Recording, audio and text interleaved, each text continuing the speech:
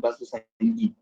Entonces, como pueden ver aquí, la membrana alveolo-capilar se engruesa, como pueden ver aquí, está engrosada. Entonces, eso dificulta el paso del oxígeno, ¿no? Este fenómeno es a nivel alveolar, por si acaso. Dificulta el paso del oxígeno, se forma la membrana hialina y el alveolo se llena de líquido. Entonces, este líquido también, pues, impide, pues, de que pase el aire, el oxígeno, ¿no? Entonces, toda esta barrera es lo que se produce o lo que se ve en la neumonía por COVID, por coronavirus tipo 2. Entonces, esta es la causa de la hipoxemia severa que presentan los pacientes. Adicionalmente a ello, la activación de la coagulación lleva a la formación de microtrombos. Puede haber microtrombos a nivel de los vasos sanguíneos pulmonares. Entonces, eso también conlleva a que haya disminución de la oxigenación, ¿no? ¿Por qué? Porque se corta la circulación y se produce un shunt, ¿no? Arteriovenoso. Ya, entonces, esto también es importante en la fisiopatología, la formación de los trombos. Por eso que a los pacientes con COVID se les anticoagula. A raíz de eso se han tratado de diseñar diferentes estrategias terapéuticas que con el tiempo muchas han dejado de ser útiles, ¿no? Actualmente ninguno de estos medicamentos que ven aquí se está utilizando para el tratamiento de COVID. Bueno, esta es otra lámina donde muestra terapias propuestas, ¿no? Aquí habla, por ejemplo, de la formación de anticuerpos para poder neutralizar el virus a través de la vacunación, o de repente filtrar la sangre mecánicamente y eliminar las citoquinas preinflamatorias, o de repente también a través de la vacunación, pero a través de otro método, activación de las células T, ¿no? De los linfocitos CD8, ¿para qué? Para, por medio de la inmunidad celular, evitar la propagación del virus, ¿no? Ahora, con respecto a los ya, con respecto a los, a ver, ¿quién está? Ya, con respecto al diagnóstico clínico, ya, hay que tener en cuenta dos cosas. Esta enfermedad se caracteriza a nivel respiratorio por la presencia se caracteriza por la presencia de tos, congestión nasal y alza térmica, ¿ya? Perdón, tos seca, dolor faringeo, cefalea y alza térmica. Es el cuadro clínico principal, ¿ya? Aparte de ello, se habla de esta enfermedad clínicamente tiene dos etapas. En la primera semana de síntomas predomina, como podemos ver aquí, predominan los síntomas respiratorios leves, ¿no? Primeros 7 días. Este cuadro es una serie de casos que se reportó en China, donde se veía, ¿no? Desde el establecimiento de los síntomas hasta que ingresaban al servicio de urgencia. Los primeros 7 días no había ingresos, la mayoría de las personas se trataban en sus casas. ¿Y cuándo ingresaban? ¿Por qué? Porque la fiebre empeoraba o empezaba a aparecer disnea, ¿no? Que era entre el octavo, séptimo, octavo, noveno, octavo día, ¿no? Como podemos ver aquí.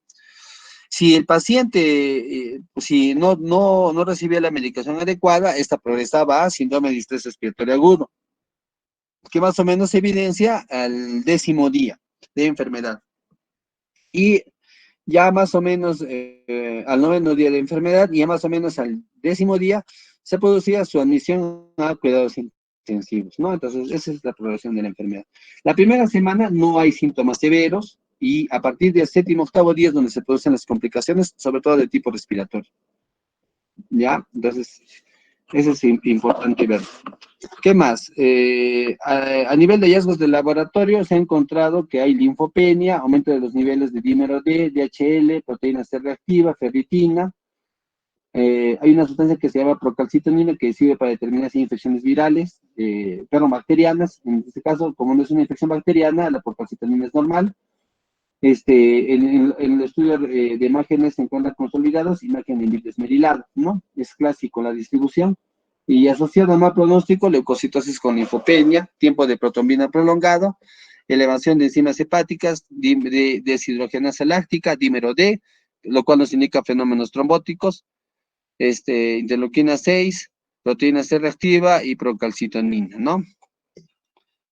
Aquí podemos ver, estas son las, laboratorio es un estudio donde se ve, pues, las principales alteraciones de laboratorio en los pacientes con COVID. Llama atención los linfocitos. Los linfocitos en COVID bajan. Incluso comparados los que ingresan a UCI con los que no ingresan a UCI, es menor, ¿ya? Es menor. el que ingresa a UCI tiene menor cantidad de linfocitos, tengan en cuenta. Y en las guías nacionales es menos de 1000. Menos de 1000 es un punto de corte para decir que el cuadro es severo. El dímero D se eleva, como podemos ver aquí, ¿no? Entre los que ingresan a UCI con los que no ingresan a UCI, los que ingresan a UCI tienen dímero D más elevado. La DHL o la deshidrogenasa también está más alta en los que entran a UCI con respecto a los que no ingresan a UCI, ¿no? Y así las enzimas hepáticas y la procalcitonina, que es un marcador inflamatorio, bueno, dice que podría haber más infecciones bacterianas asociadas en los que ingresan a UCI, ¿no? Porque está más elevado. La procalcitonina nos ayuda a determinar eso. Si está elevado, significa que es alta sospecha de que es una infección bacteriana. Y si está normal, es otro proceso infeccioso que produce o inflamatorio, ¿no? A eso nos ayuda la procalcitonina. Estas son tomografías de pacientes con COVID, ¿no? A los 5 días de establecimiento de los síntomas, podemos ver acá los infiltrados, generalmente son pegados a la pleura, o sea, pegados a la periferia. Por eso se les llama subpleurales, ¿ya? Sobre todo a nivel de la parte posterior, como pueden ver aquí, ¿no? Esta es una tomografía secuenciales, ¿no? Por ejemplo, al 5.º día de enfermedad y este es al 19.º día de la enfermedad, donde se puede ver ya lesiones residuales, ¿no? De COVID, ¿no? Este paciente, por supuesto, que ingresó a este, ventilación mecánica, una UCI, ¿no? Ahora, ¿cómo se hace la evaluación de la enfermedad? La enfermedad generalmente tiene un curso benigno. El 80-81% de la población va a tener enfermedad leve o moderada, ¿ya? El 14% de enfermedad severa y el 5% de enfermedad grave o crítica. Y de esos 5% son el grupo de un 1 o 2% que fallece, ¿no? La mortalidad varía de acuerdo al país, varía de acuerdo a la realidad sanitaria de cada región, ¿no? Al inicio las tasas de mortalidad eran altas, más de 10% en Italia, 12%, 6% en Alemania. Ahora las tasas de mortalidad son más bajas. ¿Por qué? Porque ya se han encontrado esquemas de tratamiento para esta enfermedad. Ahora, una cosa importante para el manejo. En esa parte vamos a hablar acerca del manejo. Una parte importante para el manejo es que toda persona ¿cómo se clasifica la enfermedad? De acuerdo a la Guía Nacional de MINSA, es caso leve, moderado y severo. El caso leve es toda persona con infección respiratoria aguda que presente 2 o más de los siguientes síntomas: tos, malestar general, dolor de garganta, fiebre, congestión nasal, y los menos frecuentes son alteraciones del gusto, del olfato y los exantemas, ¿no? Las erupciones. Eso es el cuadro leve. Al cuadro leve, si se le agrega uno de los siguientes criterios, se convierte en cuadro moderado. Lo más importante para ustedes que sepan, que tenga dificultad respiratoria, ¿no? Que te diga, me canso un poco al hablar, me canso un poco cuando hago mis actividades, que la frecuencia respiratoria aumente más de 22 por minuto, que la saturación de oxígeno caiga. En el caso de la altura, los parámetros son un poco más indeterminados, pero se estima o se maneja que menos del 90% de saturación de oxígeno sin patología pulmonar previa ya se considera hipoxemia, y menos del 85% con antecedentes de patología pulmonar previa deben considerarse positivos para desaturación, ¿no? ¿Por qué? Porque en la altura, las personas con EPOC, por ejemplo, enfermedad pulmonar obstructiva crónica, tienen saturaciones bajas, o sea, con 87, 89 están bien, sobre todo los ancianos, ¿ya? Por eso hay que tener cuidado. Pero bueno, esto es en líneas generales. Alteración del nivel de conciencia, no sé, desorientación, confusión, si hay hipotensión arterial, disminución de la presión arterial, también es signos de alarma clínicos y radiológicos de neumonía o recuento de linfocitos simil. Con esto ya defines un cuadro moderado, solo que haya uno de ellos.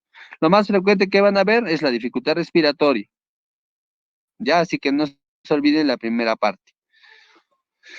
Caso severo es toda persona con infección respiratoria aguda con 2 o más de los siguientes criterios: frecuencia respiratoria mayor a 22 respiraciones por minuto, alteración del nivel de conciencia, presión arterial sistólica menos de 100 o presión arterial media menos de 65 milímetros de mercurio, que en la gasometría hay una presión arterial de O2 menos de 60, un PAFI menos de 200, y el pH sea menor de 7.35, una PCO2 mayor a 45, ¿no? Que tenga signos de fatiga muscular, aleteo nasal, uso de músculos accesorios, desbalance tóraco-abdominal, y que tenga lactato sérico mayor a 2 milismoles. Entonces, si tiene 2 de estos 6 criterios, se considera un caso severo, ¿no? ¿Cuáles son los factores de riesgo para enfermedad severa? ¿Quiénes son los que van a ser o quiénes más frecuentemente van a ser enfermedad severa? Generalmente mayores de 60 años, los que tengan comorbilidades de tipo hipertensión arterial, enfermedades cardiovasculares, diabetes, obesidad, asma, enfermedad respiratoria crónica y insuficiencia renal crónica, ¿no? Entonces, todos los que tengan estas enfermedades son candidatos o tienen mucho riesgo de que se pongan graves. Enfermedad o tratamientos inmunosupresor también. Con respecto a los signos de alarma, es importante esto que recuerden, o sea, si tu paciente o tu familiar o tu conocido que tiene COVID y te dice, me falta el aire, es un signo de alarma, tiene que ir al hospital y no debe demorar. ¿Por qué? Porque a mayor tiempo que te demores en recibir el oxígeno, mayor mortalidad, ¿ya? Ya se ha hecho el estudio, se ha hecho la revisión, hay pacientes que ingresan graves con 3 días, 4 días sin recibir oxígeno, ellos se mueren, pues se mueren más que los que ingresan al día nomás, al que en la mañana me siento mal, me agito, y en la noche está ingresando a la emergencia, ese tiene más chance de mejorarse y de sobrevivir. ¿Ya? No se olviden eso. También si hay desorientación o confusión, si hay fiebre más de 38 por más de 2 días, también hay que ir a la emergencia, hacerse evaluar, dolor de pecho y la cianosis, ¿no? Con respecto a los exámenes de laboratorios, bueno, estamos hablando del nivel hospitalario, se hace análisis de gases arteriales, hemograma completo, glucosa, urea, creatinina, proteína C reactiva, perfil hepático, ¿no? Perfil de coagulación, deshidrogenasa láctica, dímero D, ferritina, troponina. De todos estos exámenes es muy importante tener en cuenta el dímero D, porque la ferritina, porque la ferritina es un marcador práctico y muy sensible, o sea, cuando la persona está con el periodo de inflamación muy alta, ¿no? A partir de la segunda semana se produce lo que llamé la tormenta de citocinas, la reacción inflamatoria exagerada, ahí es donde se elevan ferritina, dímero D, deshidrogenasa láctica, ¿no? Estos ya te están avisando, este paciente puede ir mal, ¿no? Es lo importante. El PCR también va a estar muy elevado, ¿no? Marcadores de mal pronóstico, ferritina mayor a 700, linfopenia menor a 1000 células, dímero D mayor a 1000 nanogramos por mililitro, PCR mayor a 100 miligramos por decilitro, DHL mayor a 350, TGO mayor a 50, tiempo de protamina elevada y plaquetopenia. Todos estos son sustancias que nos van a indicar, o todos estos resultados de laboratorio van a indicar que este paciente se puede complicar. O sea que cuando ingresa a la emergencia tiene mucha chance de que de entrar a una unidad de cuidados intensivos, ¿no? Porque va a ser un cuadro severo, ¿no? Por eso. Con respecto al tratamiento, a ver, un ratito, por favor.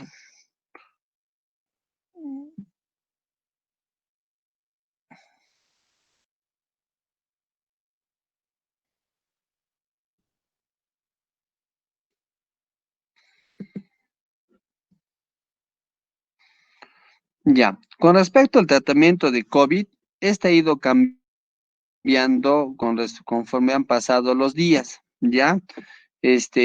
Algo que me olvidaba comentarles con respecto al COVID es la presencia de síntomas extrapulmonares. El COVID es una enfermedad que tiene manifestaciones extrapulmonares marcadas, manifestaciones neurológicas, manifestaciones como dolor de cabeza, mareos, encefalopatía. Hay casos documentados de Guillain-Barré por COVID, lo que ya conocemos todos de ageusia o anosmia, ¿no? Mialgias y también hay ACVs, DCVs, ¿no? O sea, ha visto fenómenos trombóticos, ¿no? De infarto cerebral, se han visto aumentados en esta enfermedad. Puede producir problemas renales, injuria renal aguda, proteinuria, hematuria. A nivel de hepático, eleva las enzimas hepáticas. A nivel gastrointestinal, produce diarrea, náuseas, vómitos. A nivel del sistema circulatorio periférico, tromboembolismos, ¿no? Embolia pulmonar, trombosis venosa profundo, si tiene catéteres, trombosis relacionada al catéter. A nivel cardíaco, cardiomiopatías, miocarditis, arritmias cardíacas, shock cardiogénico, isquemia, infartos miocárdicos, cor pulmonar. A nivel endocrino, hiperglicemia y cetoacidosis diabética. Y a nivel dermatológico hay petequias, lívido reticularis, rash eritematoso, urticaria, puede haber hasta vesículas y lesiones como tipo eritemia pernio, ¿no? Que es un eritema que aparece en las palmas de las manos, ¿no? Entonces ya hablamos de la clasificación, del tratamiento farmacológico. Se han probado muchas terapias para manejo de COVID. Ya, de estas, esta cuadro es de una revisión que va cada uno de los medicamentos que se estaba investigando. Ahora ya sabemos que muchos de estos no funcionan. Esta parte es más para la parte clínica, lo voy a resumir nada más, ¿no? Lo importante sería ver las conclusiones, ya. Pero para los que están interesados, vamos a hacer una breve revisión.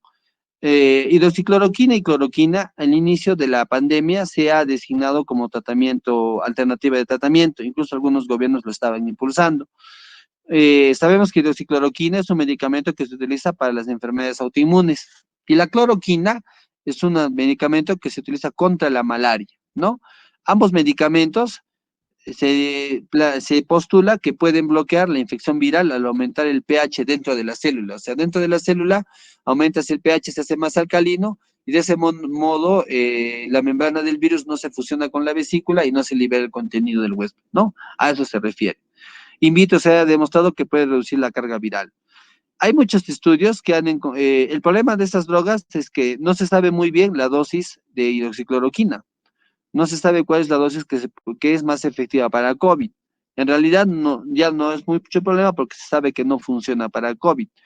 Y la cloroquina, y hay que tener mucho cuidado porque ambas drogas producen problemas cardíacos, problemas de toxicidad hepática, ¿no? E incluso la cloroquina produce alteraciones del sistema nervioso central y hemólisis, ¿no? Entonces hay que tener mucho cuidado con el uso de estas drogas. Actualmente ha salido varias revisiones en las cuales no, encuentran que no hay evidencia de que se debe usar hidroxicloroquina, ¿no? Acá dice la evidencia en los beneficios y riesgos de usar cloroquina para tratar COVID es muy débil y conflictiva. O sea, no te dice que no funcione, pero tampoco te dice que funciona, ¿no? Entonces, hay otros estudios que han salido, por ejemplo, uno de estos es de Brasil, donde sí se ha probado hidroxicloroquina con citromicina para enfermedad leve a moderada con COVID. Y lo que han hecho es probar esas drogas frente al tratamiento estándar y ver cuál impacta más en la mortalidad, ¿no? En este estudio lo que se hizo fue ver cuántos pacientes ingresaban a UCI, cuántos pacientes ingresaron a enfermedad severa, hicieron enfermedad moderada, enfermedad leve, y compararon. Y en la comparación de cada uno de los grupos, en ninguno de ellos, este, la combinación de hidroxicloroquina con acitromicina o hidroxicloroquina sola fue mejor que no darlas, ¿ya? Como dice acá, comparados con el cuidado estándar, la proporción, el odds proporcional, o sea, el efecto proporcional de tener un alto score en la escala ordinal, o sea, de tener mayor severidad a los 15 días, no fue afectado ni por el uso de hidroxicloroquina sola o hidroxicloroquina más citromicina. Si ustedes ven las P's es 1.0 y aquí es 1.0. Cuando la P es menor de 0.5, hay significancia estadística, o sea, sí hay efecto. Pero como aquí la P es mayor de 0.5, entonces no hay efecto, ¿no? Entonces, la conclusión es que entre pacientes hospitalizados con enfermedad leve moderada para COVID, el uso de hidroxicloroquina sola o con acitromicina no mejoró el estatus clínico a los 15 días comparado con el cuidado estándar, ¿no? O sea, con ese estudio es uno de los tantos que ha salido que ya desechan el uso de hidroxicloroquina. Todavía hay ciertas cosas que falta revisar, investigar, pero en forma masiva ya no se está usando, ¿no? El otro medicamento es la ivermectina, que tiene, a ver, para resumirlo, en ivermectina es un antiparasitario que se utiliza desde 1946. Se usa para muchas enfermedades y se ha encontrado hace poco que tiene actividad contra virus ARNs, como pueden ver acá, VIH, Zika, dengue, fiebre del Nilo, pero no es el tratamiento de elección, o sea, no se utiliza, se ha visto que tiene actividad, pero no es que sean los tratamientos que se utilizan actualmente. Para VIH no se utiliza, por ejemplo, ivermectina, pero teóricamente o en laboratorio sí se ha encontrado que hay efecto. Hay un estudio que ha demostrado que ivermectina reduce la carga viral más de 5.000 veces a las 48 horas de la infección por SARS. Y actualmente hay otro estudio que están haciendo con hidroxicloroquina y acitromicina. Ya, en realidad este estudio es in vivo. Perdón, aquí está mal, este es in vitro, este estudio es in vitro. Ha sido en un laboratorio en cultivo celular. Entonces, Ivermectina es cierto que ha demostrado reducir la carga viral a las 48 horas, que es algo muy bueno, pero cuando revisaron los otros investigadores el estudio, encontraron que, ustedes ven en este cuadro, ¿no? Esta parte de arriba, de la de izquierda, es la línea roja, es la concentración de ivermectina que se requiere en sangre humana, para poder matar el virus o inhibir la replicación del virus, como dice el estudio anterior. Y estas líneas el de negro y de color celeste son las concentraciones de ivermectina que se da a las dosis usuales. Entonces, como pueden ver, nunca se llega a la concentración necesaria. Entonces, la concentración usual de ivermectina, la dosis usual de ivermectina es 200 microgramos por kilo, que es una dosis que se utiliza para todas las enfermedades parasitarias que son tratadas por esta enfermedad. Y con esa dosis no llega a la línea roja, entonces queda insuficiente. Entonces, en algunos se ha aumentado la dosis hasta 600, pero aún así no llega, esta dosis de 600 tampoco llega al nivel necesario para inhibir la replicación, como dice el estudio. Entonces, por eso es que la ivermectina es una droga que tiene dificultades para poder ser para que sea efectiva, ¿no? Tendrías que darle 50 veces, según los estudios, tienes que dar entre 50 a 100 veces más la dosis usual. Entonces, eso no se va a conseguir, pues. Vas a conseguir muchos efectos adversos. Aquí también, en este estudio, como pueden ver acá, han hecho varias dosificaciones de ivermectina, 200 microgramos por kilo semanal, 120 miligramos semanal y 60 miligramos cada 12 horas. Como pueden ver, en ninguno de ellos la concentración de ivermectina, los picos de concentración de ivermectina, ha llegado a la línea punteada, que es la línea que recomienda el estudio in vitro, ¿no? Entonces, por eso, teóricamente no hay efecto de ivermectina, ¿no? Estudios sobre ivermectina, han salido algunos reportes de casos, por ejemplo, este de acá, en donde han encontrado cierto beneficio, ¿no? La mortalidad total por ivermectina ha sido menor en el grupo de ivermectina, ¿no? Aquí dice control 25.2, el grupo que no recibió ivermectina, frente a un 15%, que es el grupo que recibió ivermectina. Entonces, parecería que hubiera algún efecto, pero este estudio, este reporte de casos, no es un reporte que tiene validez metodológica, tiene muchos problemas. No se sabe cuál fue la dosis de ivermectina, no se sabe en qué momento se usó la ivermectina. Entonces, todos esos detalles son importantes a la hora de hacer un estudio. Por eso es que no se puede generalizar sus resultados, ¿no? Puede ser todo esto producto de la casualidad, ¿no? Entonces, para poder evitar eso, se tiene que hacer lo que se llama ensayos clínicos controlados, ¿no? O ensayos clínicos aleatorizados, perdón. ¿No? Incluso se habla, este es el organismo que controla los medicamentos en el seguro, que tiene efectos adversos, ¿no? Y por eso hay que tener mucho cuidado con su uso, ¿no? No vamos a hablar mucho acerca de los efectos adversos de la hidroxicloroquina. En el esquema nacional del Ministerio de Salud sí recomiendan el uso de hidroxicloroquina incluso acitromicina, ¿no? Con o sin ivermectina. La verdad es que no se ha actualizado esta guía, y desde de marzo, no, desde abril que no se actualiza la guía. Entonces, no, muchos hospitales, incluidos el mío, no estamos usando ya hidroxicloroquina ni acitromicina para tratar el COVID, ¿no? Ivermectina se está usando ya de forma más restringida, ¿no? Es decir, en algunas personas que tengan síntomas de hace pocos días y que sean diabéticos, hipertensos, ¿no? En ese caso sí se está usando, pero en otros casos no. Hay otros agentes que se han postulado, ¿no? Por ejemplo, el famoso tocilizumab, pero que también la razón de su uso era porque podían inhibir la famosa tormenta de citoquinas, ¿no? La interleuquina 6 parece ser clave en este proceso. Entonces, tocilizumab ha sido usado en un pequeño grupo de pacientes con resultados prometedores, pero es un reporte de casos. Bueno, actualmente ya no se está usando porque la empresa farmacéutica que lo produce ha suspendido todos sus ensayos y ha recomendado que no se use. Entonces ya quedó, ya se desechó esta droga. Los corticoides sí son importantes porque, como sabemos, el único corticoide que ha demostrado eficacia en el tratamiento de COVID-19 es dexametasona. No hay evidencia del uso de otros corticoides. Y esto nace de un estudio que se llama Recovery, ¿no? Trial, ensayo Recovery, en donde cual se hicieron, reclutaron 11.500 pacientes y se hicieron un brazo de lopinavir-ritonavir, un brazo con dexametasona, o sea, un grupo recibió lopinavir-ritonavir, otro grupo recibió dexametasona, otro grupo recibió hidroxicloroquina y así, ¿no? Cada una de estas drogas que pueden ver aquí. Entonces, los resultados de dexametasona salieron rápidamente. Esta tabla, ¿cómo se puede interpretar? Ustedes ven acá la línea de 1, ¿no? Cuando va hacia la izquierda es a favor de dexametasona y cuando va a la derecha es a favor de los cuidados usuales, o sea, el comparador. Esta es la droga que se quiere comparar y este es el comparador.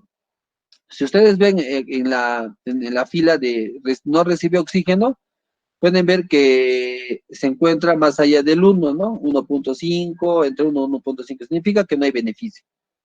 Si ven que en los que recibieron solo oxígeno, ven que la línea y el cuadradito y la línea se encuentran todas dentro del 1, ¿no? De menor de 1, ¿no? Entonces, eso significa que tiene validez, que tiene significancia estadística. Y lo que dice aquí, ventilación mecánica invasiva, también, como pueden ver, se encuentra menos del 1. Entonces, ¿cómo se interpreta esto?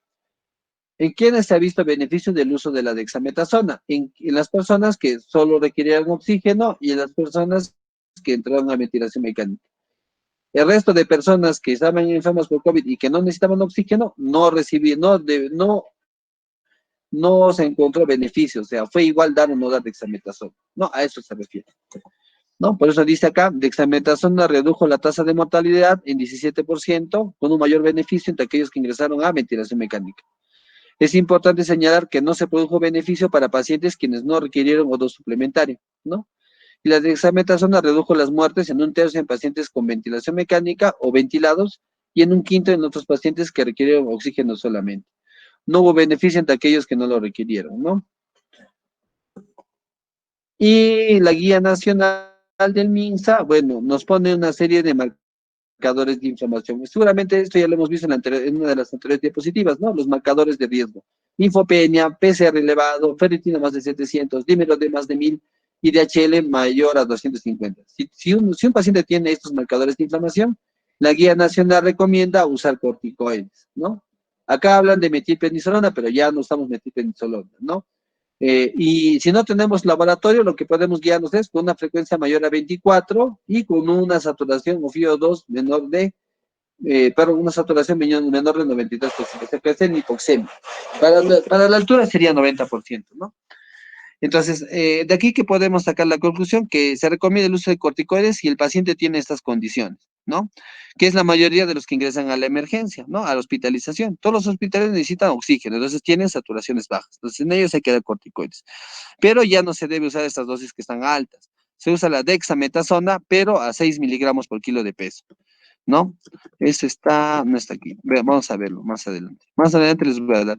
Con respecto a anticoagulación, también hay un estudio que ha mejorado que la mortalidad es más baja en quienes usaron anticoagulación y quienes tenían mayor pronóstico o factores de riesgo para anticoagulación, para fenómenos trombóticos, mejor dicho. Vamos a ir, para resumir esta parte, vamos a ir de frente a las conclusiones. Otros medicamentos que se usan, los antibióticos, por ejemplo, no se recomienda el uso de antibióticos en forma general. ¿Por qué? Porque la infección bacteriana aguda en COVID-19 es muy escasa. 3.5% de las personas vienen con coinfección y 15.5% vienen con infección secundaria, ¿no? Se infectan después del ingreso a emergencia, ¿ya? Entonces, no es de rutina dar antibióticos, ¿no? Pero de todos modos, a nivel mundial se ha estado prescribiendo muchos antibióticos, como pueden ver aquí, 71.3% de todos los pacientes con COVID han tenido antibióticos. Entonces, el antibiótico es lo último que se debe de pensar de dar a un paciente con COVID, ¿no? ¿Cuáles son las conclusiones? Para manejo ambulatorio, casos leves, el manejo ambulatorio es para casos leves. Los casos asintomáticos no requieren ningún tipo de terapia. Los tratamientos sintomáticos, antipirético y paracetamol, condicional u otros AINES, ¿no? Vigilancia de signos de alarma, lo más importante, y monitoreo estricto de pacientes, sobre todo con signos de alarma. Entonces, en este caso ya tenemos más claro, no se debe dar ningún tratamiento, ¿no? Tratamiento específico, no usar hidroxicloroquina, no usar acitromicina, otros antimicrobianos no está recomendado. Ivermectina, bueno, se está proponiendo usar ivermectina, todavía lo utiliza el MINSA, entonces se le da a la dosis, hay varias dosificaciones, una de ellas es esta, darle, el frasco viene de 6 miligramos por mililitro por 5 mililitros, le das la mitad, 2,5 mililitros el primer día y otros 2,5 mililitros al segundo día, o sea, lo divides en dos. Y en menores de 60 kilos, administrar una gota por kilo de peso, ¿no? ¿En quienes no dar ivermectina? Está en contraindicado en niños y gestantes, y no usar como profilaxis, ¿no? Lo más importante. ¿En quiénes dar la droga de ivermectina? En los que tengan estos factores de riesgo, que son los factores que ya hemos visto nosotros, ¿no? Los que tienen mayor edad, obesidad, hipertensión arterial y otros factores, ¿no? Diabetes, asma, enfermedad pulmonar crónica, insuficiencia renal crónica, enfermedad o tratamiento inmunosupresor. Manejo dietético, bueno, es con dieta hiperproteica, suplemento nutricional en caso de diabéticos, ¿no? Este es más manejo hospitalario, ¿no? Manejo con protectores gástricos, podemos usar la nitirina, manejo del dolor, porque muchos vienen con malestar, se usa metamisol, 1 gramo cada 8 horas. Manejo de la tos, principalmente con un jarabe llamado dextrometorfano, que es un antitussígeno, ¿no? A 15 mililitros cada 8 horas, ¿no? Para casos, el tratamiento hospitalario, para casos, ya. Mm, esta diapositiva se ha filtrado, ya. Perdón.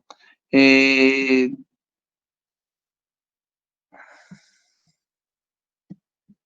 Ya, para manejo hospitalario, para casos moderados y severos, bueno, los casos moderados y severos son de manejo hospitalario. El tratamiento es lo mismo, usar AINES, paracetamol, los sintomáticos de acuerdo que tiene médico. Tratamiento específico ya no se utiliza hidroxicloroquina ni acitromicina, se puede usar todavía ivermectina, pero dentro de los 7 primeros días de inicio de síntomas. Más allá de los 7 días de inicio de síntomas no tiene mucha efectividad. ¿Por qué? Porque el virus tiene dos etapas.